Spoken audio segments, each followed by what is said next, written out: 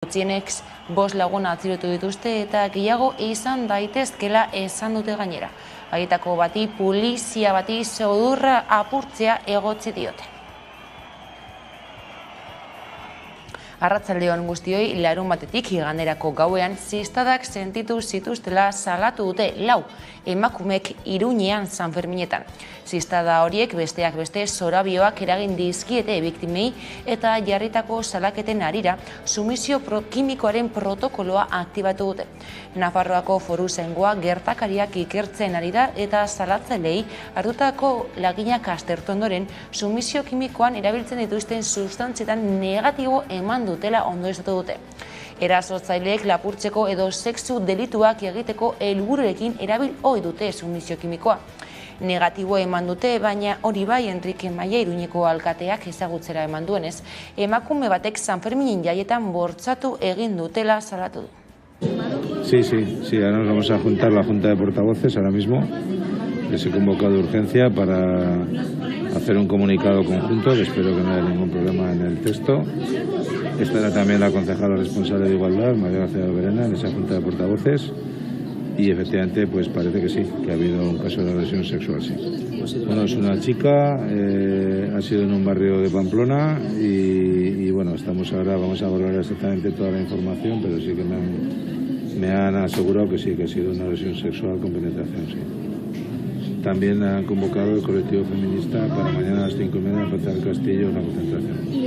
Parece que fue el sábado el hecho, pero para cuando llegamos esta información a nosotros se hizo la correspondiente denuncia, se hizo ante Policía Foral y Policía Foral, de una vez que ha analizado el asunto, nos lo ha trasladado y nosotros actuaremos como ayuntamiento de acuerdo con el protocolo establecido. Bestelakoan, Bruno Lemari, Frantziako ekonomia ministroaren bigarren etxebizitza okupatu du EH Baik Senperen. Frantziako gobernua lantzen ari den 2023ko finantza legean bigarren etxebizitzei aplikatzen zaien zergaren mugatzea eskatzeko eskatu dute. Egun 51.000 inguru lirateke bigarren etxebizitzak eta Ipar Euskal Herriko etxebizitzen 121. Egoera horrela protesta egin du EH Baik eta bertan izan da Ekierre Mundegi Berriako kastaria eta Peio de Fau EH Baiko ordezkariekin izan da gainera. Gaur egun antolatu dugun ekintza da galdeiteko Bruno Lemari, bere bigarren etxebizitza denez hemen Senperen.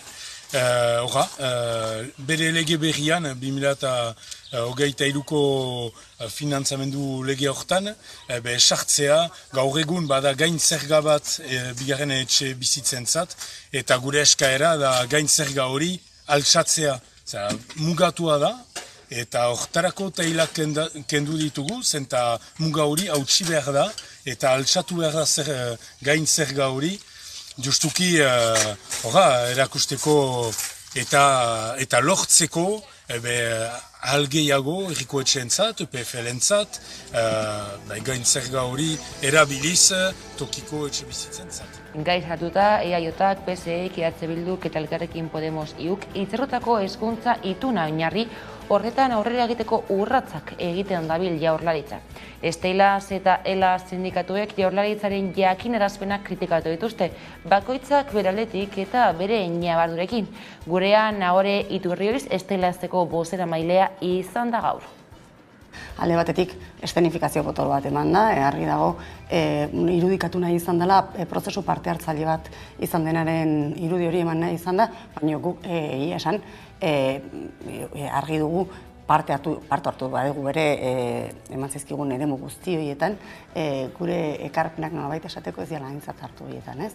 Hori batetik eta bestetik, balorazioa bestea bada, bere garaien egin gendun kritikaren ondorio, aurrikusi algenukena gertatzen ari dela. Hau da, goiburuetatik letra txekietara jetxi gara, eta orain ikusten ari gara, bere momentuan guk salatu gendun hori betetzen ari dela. Ekonomiako gai helduta aldiz, keinu eske ziren sindikatuak Gasteizko Mercedesen zuzendaritzak lan hitzarmenaren negoziazioak eten eta biharamunean. Eta zigarrenez grebak ekoizpena geratu zuen egunean iritzi zen keinu hori. UGT, Komisiones Obreras, Ekintza eta PIM sindikatuek adierazi dutenez, zuzendaritza prest dago gaueko zigarren txandari uko egiteko. Ordea langile batzordeko presidenteak Ela sindikatuko Igor Gebarak berriari adierazi dio ez dutela proposamen horren ingurukorik jaso. Mikel Díaz de Alda, LAB sindikatuko ordezkariak ere sindikatu abertzaleek hitz egiteko konpromisoa dutela berretsi du, baina zuzendaritzaren jarrera salatu du. Baina ez dakigu 6. gau hori baldintzatuta kenduko duten, edo ze baldintzei lotuta ez, orduan bian bildu arte, gu ez gara oso baikorrak, batez ere atera zuen komunikatu horretan 6. gaua kentzen zuela UGT komisiones ekintzen plin eskatutako paperagatik eta ez jendeak kalea dagoelako, ez? Orduan guk argi daukagu 6. gau hori lortzen den zera guztia izango dela jendeak kalean dagoelako eta jendeak burukan dagoelako. Garai kritiko batean sartu dira Arabako metaleko hitzarmenaren negoziazioak sindikatuen arabera. Ostiralerako bileran SEA patronalari adierazi zioten eskaera guztiei eusten dietela, baina gaur egun bi gaik dute lehentasuna.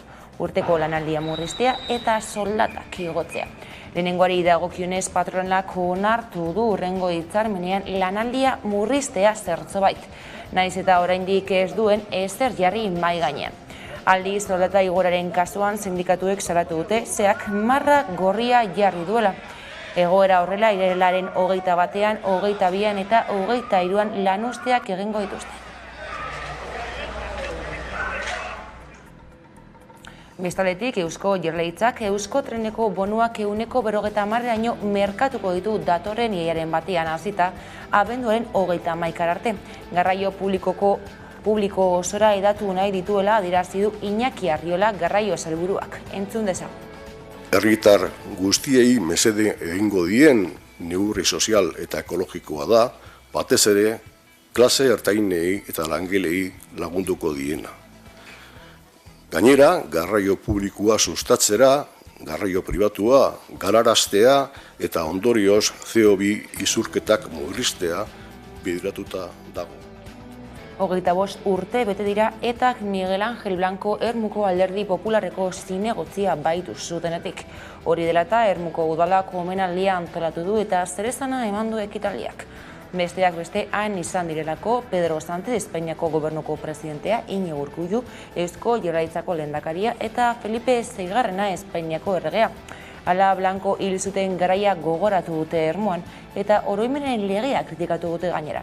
Izan ere, memoria demokratikoaren legea onartzekoa da aste honetan eta zerezana ematen jarraitzen du. Felipe Gonzálezek ezbaian jarri du lege berria eta atzo bertan Blancoren oroimen ekitaldia baliatu zuen Feijóok legea indargabetuko duela hitz emateko. Ez hainbeste testuagaitik baizik eta EH Bilduren babesagatik. Iñigo Adurit kazetariak gaiari heldu dio gurean. EH Bilduk PSOE eta Unidas Podemosekin lortu zuen akordio horrek legearen irismena 1983 urtera arte egin duelako, ez? Eta gogoratu beharra dago 1983 urtean dagoeneko Alderdi Sozialista gobernuan zegoela, ez? Hain zuzen ere Felipe González, ez? Eta badirudi horrek eragin duela hori desegonkortasuna batez ere PSOEko alde batean, ez? Eta hain zuzen ere Felipe Gonzálezen gobernuarekin harremana izan zuten buruzagien artean. Eta memoriaren bilguneak salatu du Espainiako lege berriak ez duela bermatzen justizerako eskubidea. Frankismoaren impunitatea amaiteko duen legea eskatu du memoria historikoaren eta frankismoaren biktimen elkarten bilguneak. Naiz eta onartu duen lege proiektu berriak 2007ko araua hobetzen duen. Alderdiekin negoziazioak amaitu eta ostegun honetan memoria demokratikoaren legea onartuko du Espainiako diputatuen kongresuak. Azken orduko desadostasunik ez badago.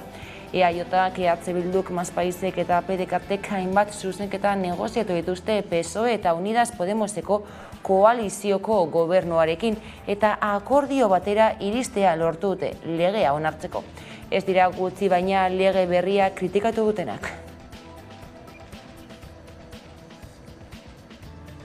Miren Larrion Gasteizko EH Bilduko zinegotzi ohiak aurrekari penalik ez dudenez, ez dutela kartzelara zigorra bete beharko ebatzi du epaileak. Espetxe zigorraren ordez lan komunitarioak egin beharko ditu eta 2.800 euroko isuna ordaindu. Joan den maiatzean Gasteizko epaitegiak 3 urteko espetxe zigorra eta 2.800 euroko isuna ezarri zizkion estatu zibilaren usurpatze, ebasketa arin eta dokumentu faltsutze delituak egotzita.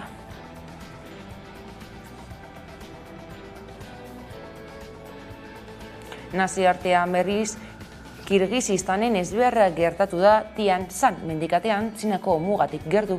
10 mendizale taldeko glasiar talde bat glasiar azpian harrapatuta geratu arren, ez da hilakorik izan, bi lagunek zauri lagunak izan dituzte.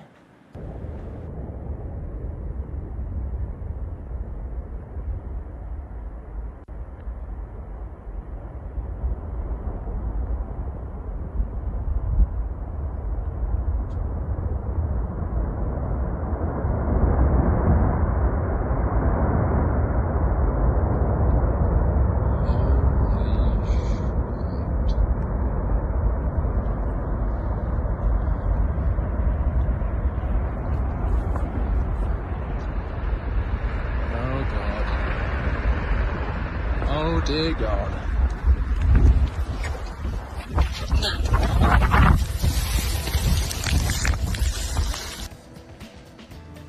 Kultura arloan Bilbon marka guztiak gainditu ditu BBK Live jaialdiak. Pandemia osteko lehendabizikoa eta 15. edizioa oso arrakastatsua izan dela esan dute antolatzaileek.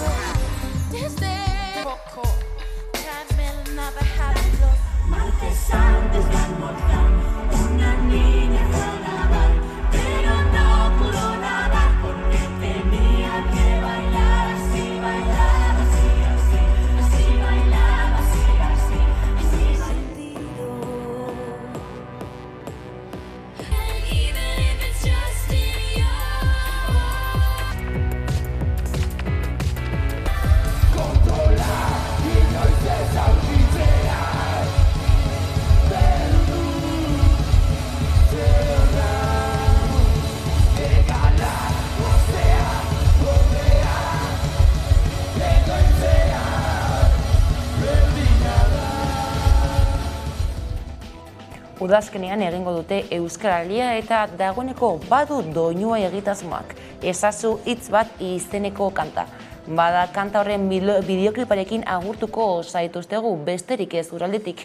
Gogoratu neoro aurkituko gaituzuela zuzenean ala nahieran 11.eus atarian. Onda izan.